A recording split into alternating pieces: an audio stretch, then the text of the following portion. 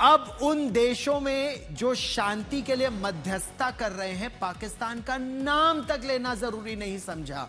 America और Iran के बीच जो देश मध्यस्थता कर रहे हैं, उसमें पाकिस्तान का नाम सूची से हटा दिया गया है। डोनाल्ड ट्रंप ने ईरान को साफ शब्दों में चेतावनी दे डाली है कि उसके लिए यह आखिरी मौका है, या तो डील कर ले या फिर एक महाविनाश के लिए तैयार हो जाए। दूसरी तरफ ईरान ने कहा है कि हम किसी भी कीमत पर होर्मुज में अमेरिकी नाकेबंदी को मजबूर नहीं करेंगे अगर हमारे लिए ऐसा नहीं हुआ। अच्छा, इस बीच एक और बड़ी खबर आती है, मैं आपको ये बड़ी खबर बता दूं, ईरान से बड़ी खबर आ रही है।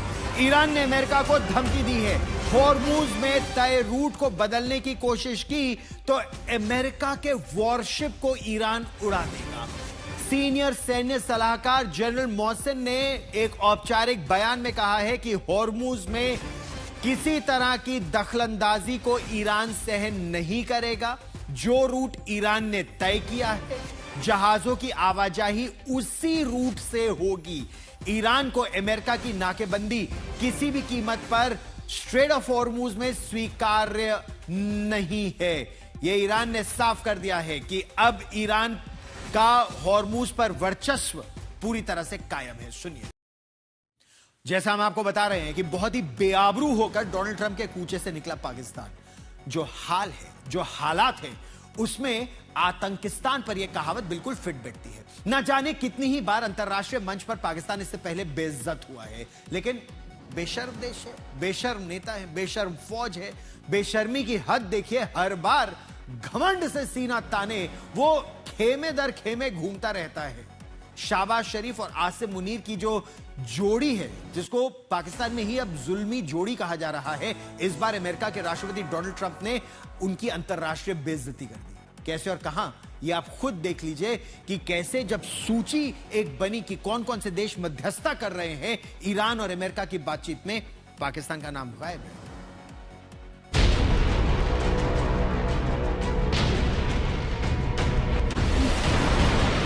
जी हां, पहला नाम लिया सऊदी अरब का, दूसरा नाम लिया यूएई का और तीसरा नाम लिया कतर का। सवाल यह है कि पूरी दुनिया में शांति दूत बने घूम रहे पाकिस्तान का क्या हुआ? ट्रंप के बयान ने साफ साफ संदेश दे दिया है कि वो ईरान के साथ युद्ध विराम के बाद शांति वार्ता में पाकिस्तान को उतनी अहमियत नहीं दे रहे हैं जितनी पिछली शांति वार्ता में दी थी। ट्रंप ने ईरान को दिया आखिरी मौका, सबसे बड़ी तबाही से बचने का मौका। वैसे सीज फायर को लेकर ट्रंप को चारों तरफ से घेरा जा रहा है, लेकिन ट्रंप का साफ कहना है कि उन्होंने ईरान को भयंकर तबाही से बचाने के लिए हमला न करने का फैसला लिया। लेकिन आखिर कब तक? मीडिया ने जब ये सवाल दागा तो जवाब आया कि ये ईरान के लिए आखिरी मौका होगा। इसके बाद कोई सुनवाई नहीं, कोई राहत नहीं। अब देखना यह है कि बातों और मुलाकातों की ये ताकत मिसाइलों को कब तक रोक पाती है। आज तक ब्यूरो। अच्छा, इस बीच प्रश्न यह भी उठ रहा है कि ये जो युद्ध विराम हो रहा है, इसकी अंदर की कहानी क्या है? क्या किसी दूसरे देश के दबाव में डोनाल्ड ट्रंप ने यू टर्न लिया, या फिर पेंटागन की कोई खुफिया रिपोर्ट सामने आई जिसने उन्हें मजबूर किया कि वो कुछ कदम पीछे ले ले? वजह तो जो भी हो, मिसाइलों का गरजना इस समय बंद है। हर किसी की नजर कल से शुरू हुई शांति वार्ता पर लगी हुई है। इस शांति वार्ता में सबसे बड़ा मुद्दा स्ट्रेट ऑफ होर्मुज का होने वाला है। फिलहाल इसकी कोई डेडलाइन का तो ऐलान नहीं किया गया है, लेकिन ईरान ने साफ कर दिया है कि होर्मुज पर ईरान जो रास्ता बताएगा उसी पर जहाज जाएंगे, वरना अगर किसी और देश का जहाज आया तो ईरान बमबारी कर देगा। मिसाइलों पर अब मुलाकात भारी, तबाही रोकने की तैयारी, नहीं होगी बमबारी। आमने सामने बात नहीं करेंगे अमेरिका और ईरान।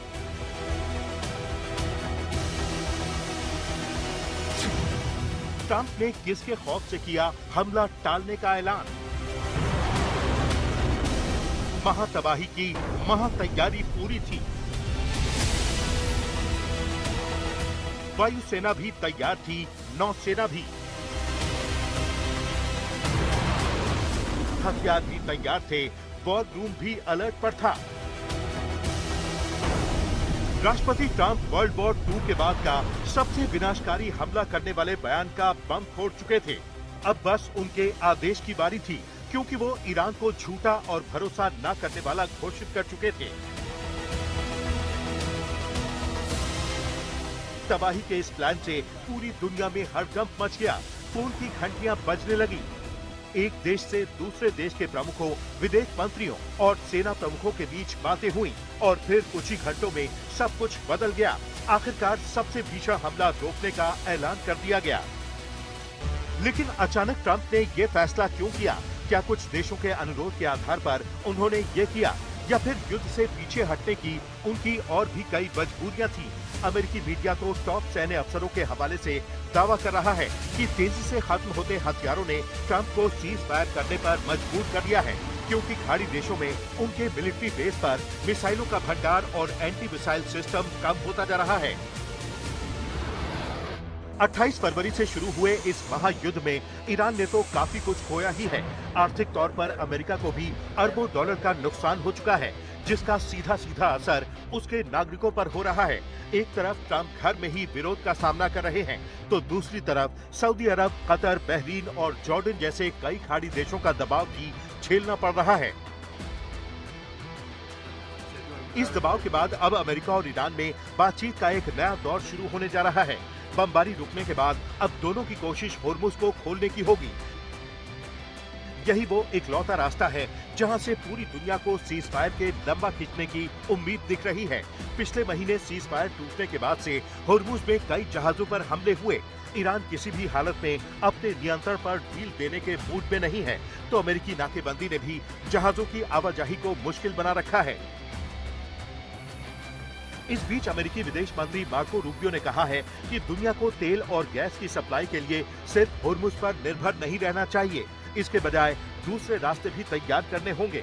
फॉक्स न्यूज को दिए इंटरव्यू में रूबियो ने कहा कि अब इस इलाके के कई देशों को लगने लगा है कि ईरान होर्मुज पर खतरा पैदा कर रहा है, इसलिए दुनिया को ऐसे नए रास्ते बनाने चाहिए जिनसे तेल और गैस की सप्लाई बिना रुकावट जारी रह सके। खैर, रूबियो जो मर्जी कहें, लेकिन होर्मुज का विकल्प तैयार करना फिलहाल न तो व्यवहारिक है न ही सुरक्षित। इसीलिए ईरान और अमेरिका को एक एक कदम पीछे हटना ही पड़ेगा, वरना गरजती मिसाइलें तबाही मचाने में ज्यादा वक्त नहीं लगाएंगी। आज तक ब्यूरो।